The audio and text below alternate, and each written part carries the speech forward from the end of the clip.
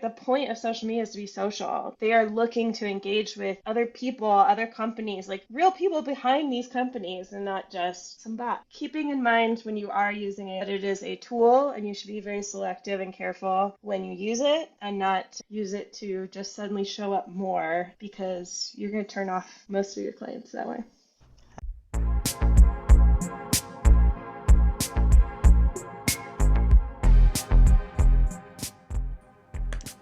Hi, I'm Jack here, and I am the host of the See Life Different podcast. This podcast is perfect for you if you are a Black, Indigenous, woman of color, ready to step outside of your comfort zone. This podcast will inspire you, empower you, and educate you on how to see life differently, whether it's in your business or in your personal life. I am a cancer survivor, brand cultivating strategist, author, and world traveler. Let's get into it.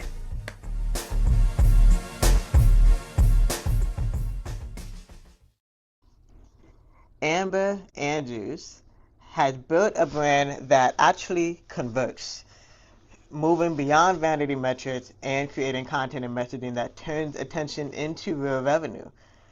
Having helped founders and creatives in product-based businesses build clearer, cohesive brands that strengthen trust, sharpen messaging, and make marketing a whole lot clearer. And it's a very noisy environment right now, so she is very specific on making sure that her background brings a practical lens to business. And we're going to learn how you can build something meaningful and continue to grow without losing yourself in the process. So thank you, Amber, for being a guest on the podcast. How are you today? I'm doing well. Thanks for having me. Yay. So tell me a little bit more about your background because that's rare. How do you choose that pathway and find the creative medium? So I did study engineering in school for a period of time, but I never actually entered the field as an engineer. I switched majors into art because I pretty quickly realized that I wanted to have a little bit more creative freedom in my work. So yeah, the engineering background I think is more so interesting because I do have that analytical, technical side to my brain, but then I also have the creative side. So usually someone leans more one than the other. I think I just flip back and forth depending on the day. As running a business, you do have to use both sides of the brain, especially most people start out, they only have one person.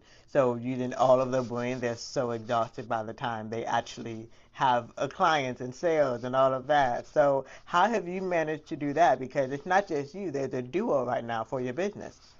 Yeah, so I actually started it off on my own. It was a side business that I always ran while I was working in corporate jobs. And then I could take the jobs that were a little more interesting to me and just do it on the side. And then I met Brooke, who's my creative partner, at my last job where we were both working in the photography department for a large business called Craftsy that we did like craft education content, and we worked so well together. So when unfortunately that business sold and left Denver, so we were not able to stay with them during COVID, I started diving back more into the freelance side and trying to get the business to actually become a business and not just a side project anymore. And I actually brought Brooke in to help me rebrand the business. And I knew we worked really well together because I had trained her in everything that I had learned over the years. And so I knew I could hand things off to her easily. And she helped rebrand Andrew's Artistry, and then she just never left. And we both talked about how we just loved working together so much. We are such a strong duo when we're together because we do have different skill sets, but we also work very seamlessly in the same workflows. So I brought her on as my creative partner, and we actually restructured the whole business so it now encompasses what we both do instead of just me. Yeah, I absolutely love that. There was a time period also pre-COVID, I think, maybe it started in 2017. I had one too many clients on my own, and I was looking in a Facebook group for another graphic designer slash creative director. And I found her in a Facebook group, and we literally worked so well that we did start an agency where it was just the two of us, where we would bounce off clients, bounce off ideas, and it was just the most easiest thing. But Yeah. I literally found her in the Facebook group. So, what do you think about those communities, those online communities of other creatives that are always needing somebody to bounce off ideas with? Yeah, I think wherever you can build community, it's important, whether that's online or in person. I have actually found that most of my community is in person. We make a strong effort to make sure that we show up in a lot of spaces where creatives gather because we've found that you really get a feel for who you connect with in those spaces and who you can trust, who you can refer out to other people or bring in when you need a little extra help. But you can do the same thing in online spaces. You just have to make sure you're always being authentic, not trying to overly polish what you're looking for or how you work, because you want somebody who's going to fit and not just somebody who's good at what they do, but fit what you need and how you work. And speaking of being able to understand you of how you work and what you need, you have a little small fact about you. You also have a hearing loss. Is that accurate? Yeah, I lost a portion of my hearing in adulthood. It was something I did not grow up with and didn't really know what to do about, and then started finding community in that space too. So I work with a lot of organizations that serve people with disabilities as well as those who are deaf and hard of hearing because I have a real passion now in that community, just understanding how difficult it was to navigate some spaces. And I'm very lucky. I am able to pass in a lot of spaces. I'm able to read lips really well. And I think a lot of times when I walk into a space, people don't realize that there's a need that I have, but then I'm able to share with them how they can do better so that they can serve people who really wouldn't be able to come in and speak up about it, either because it's overwhelming or there's barriers in place for them. So I'm just trying to use this experience of my own to help make spaces a little bit more friendly for others, especially in professional spaces, because I do think a lot of professional community spaces, networking, it's surprising how often you go to one and realize nobody has a microphone and everyone keeps turning around in circles so you can't even read their lips anymore, and I have to have a conversation with them after about, hey, this isn't a really welcoming space for people that have hearing loss, let alone other disabilities that might be important. Yeah, just kind of helping open other people's eyes to that has been a real passion of mine now. Thank you for your advocacy. It's definitely very important. We all need to, honestly. How can people make sure that they're growing their business without losing themselves in the process? What are your tips? Oh, okay. So it's I know it's so easy to just say, okay, I need to make money, so I'll take any job. And I think a lot of people are used to having done that for a while. But if you're running your own business, you don't want to do that. That's the point, right? You want to take the jobs that really excite you. So be picky. You can take little gigs to pay the bills, but don't sign on to long-term things that don't excite you. Make sure that you are really seeking out the actual customers that you want to be serving. So for me, that's creatives, which is a very general term, but it also is our own niche because it's how we work. We're partnering with the people we work with. We're not just providing you with three concepts and then you pick and we finish it off and never talk to you again. We actually want to have multiple conversations with you, make sure we're on the same page, make sure that your vision is included in what's being created and that your voice is heard. And I think that's the reason that creatives like working with us is because we approach things from that same perspective that they want to be working within. That doesn't mean that I can't work with other industries, but my process is set up ideally for creatives. So when you're creating a business, don't just think, what can I make, but think, who can I serve this to? And what problem am I solving for them? I know we've all heard that 1,000 times. What problem can you solve? But if you don't know the answer to that, it's going to be really hard to talk to your ideal person. And you want more of them in the room and less of the others. I definitely heard alignment. When you know who you are and you know who you serve, you know what problem you can solve, it makes things a bit easier. Is that accurate?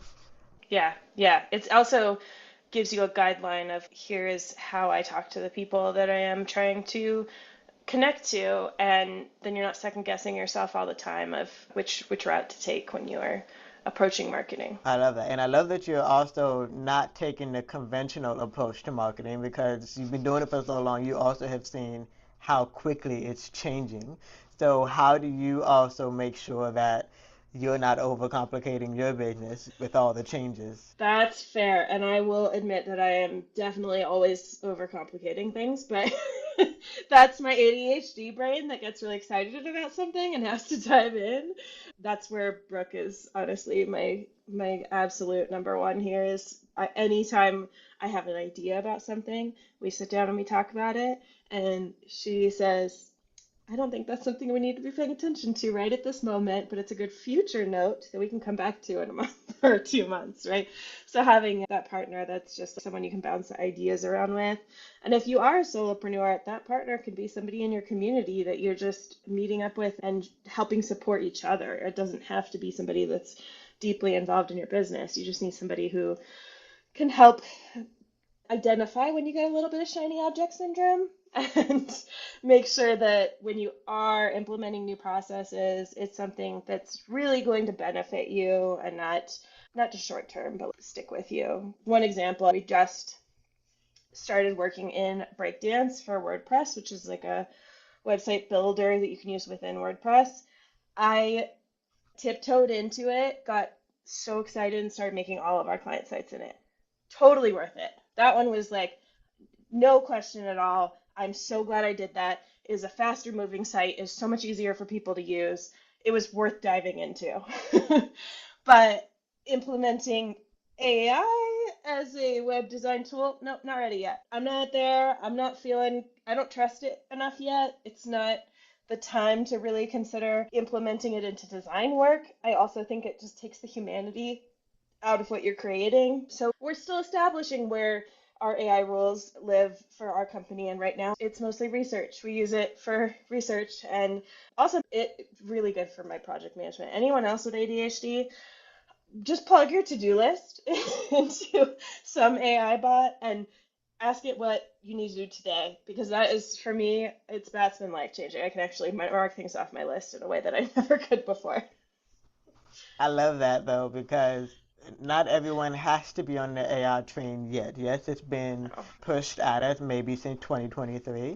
but I agree. Even me, I haven't touched. I still have Divi for my website, and I haven't Mhm. touched it, not yet.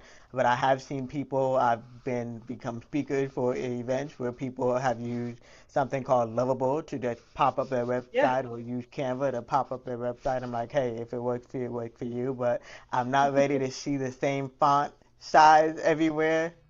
Same thing with the graphic. Yeah, So, it starts yeah. to look very repetitive. You can tell when something's built with AI, and it's shocking how many websites I've been to that I can clearly tell are made with AI and none of the buttons work. So, Right. I think we're not quite there yet. Not ready for it to take over. I think you need humans behind the tools that AI is providing, regardless. Even when we get to a point where it's really amazing, you're still going to want a web designer who's understanding, checking the code, make sure that they know how you're showing up in the world. Absolutely. So, speaking of, how can people learn more about you, work with you, talk to you more? Sure. So I made a landing page at andrewsartistry.com/podbrand that has some resources that I think would be really helpful for other entrepreneurs. We've got a guide on how to put your own brand guide together, kind of just starts asking you the general questions you might not be considering when it comes to your brand, and then you can always take that a step further. And then if you need help with it, you can give me a call from there. We've also got a website ready guide with our homepage design is the free accessible guide that, sorry, I'm saying guide so much. My ADHD is stuck on that word. So whatever it is that you need, we've got some different resources to help make that possible. And then if you are in a place where you feel like you've been kind of DIYing your own brand and your marketing feels like it's all over the place and not really cohesive, you can always book a free consultation call. We can talk about your options from there. Tell us more about the free brand clarity kit. Yes, thank you, Kit. That's the word I was going for. It's like, why am I stuck on guide? Free Brand Clarity Kit, it's the same questions that we ask our clients on intake. It just gives you a little taste of what it looks like when you're working with us, the types of questions that we'll answer, but also just, I think, opens people's eyes to things that maybe they didn't really consider should be part of their brand. Even just identifying where your audience hangs out. We always hear about that, but then how are you implementing that into your strategy for your own brand and showing up consistently in a way that makes sense for you? We also have some resource links to things like brand or color theory articles we've written, as well as like how to pick fonts that pair well. Just gives you a little starting point. And when you're not quite ready for the professional help, but you do need a little bit of a guide to get there. And then once you finish, if you say, no, I still need help, we're here. Got it. Sounds good. Okay, and so one of the ways I like to end most of my podcast conversation is asking you maybe one or maybe two questions. And one of the question is, what do you want your legacy to be? Oh, that's a good question. I want to make things that help creatives feel confident in where they're going. I want the legacy in my business to be that the people I have helped create websites, create brands, done brand photo shoots for, that I've just been the launching point for them and that they can take it from there and just be as successful as they've ever dreamed. And I also want to have a legacy of making spaces that are accessible for everyone. So making sure that asking the questions that a lot of people don't ask on intake that help make their experience working with me stronger, helping lead them into networking spaces and entrepreneur groups that might help benefit them.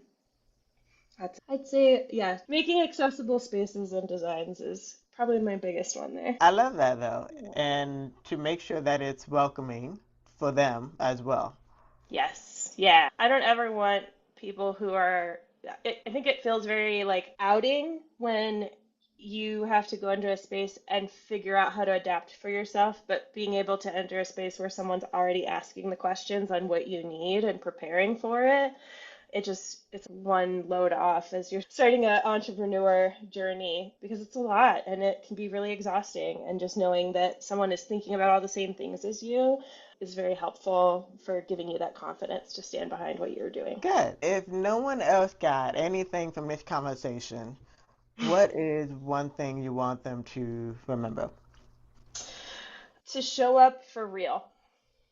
On the AI conversation, I'm very unsure how I feel with AI still. There's, again, huge tool for me for ADHD, very scary for me as a creative. And I think the main thing that I've come to realize as I'm going through that own discovery journey with AI is we don't want to be engaging with generated content as humans. We just don't care and don't want it.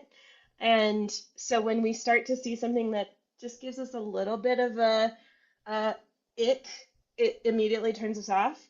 And especially when it comes to something like social media, if you're having AI plan and make all of your content for social media, why doesn't anyone want to be on there? The point of social media is to be social. They are looking to engage with other people, other companies, like real people behind these companies and not just some bot. So I think keeping in mind when you are using it that it is a tool and you should be very selective and careful when you use it and not use it to just suddenly show up more because you're going to turn off most of your clients that way. I love it. Thank you for being real and authentic and human, Amber. I try. We all try. Sometimes we fail. That's okay. Exactly. Nothing and no one is perfect. No, honestly, too, how much do you love when you see a typo nowadays? So you're like, oh, someone wrote that. Exactly. I made one today in my newsletter, and I'm like, leave it alone. They know that it's me. Exactly, exactly. That's why I don't try and edit out. I'm like, no, that's a human. That's what I do. Great. Thank you for being a guest on the See Life Different podcast. Yeah, thanks for having me.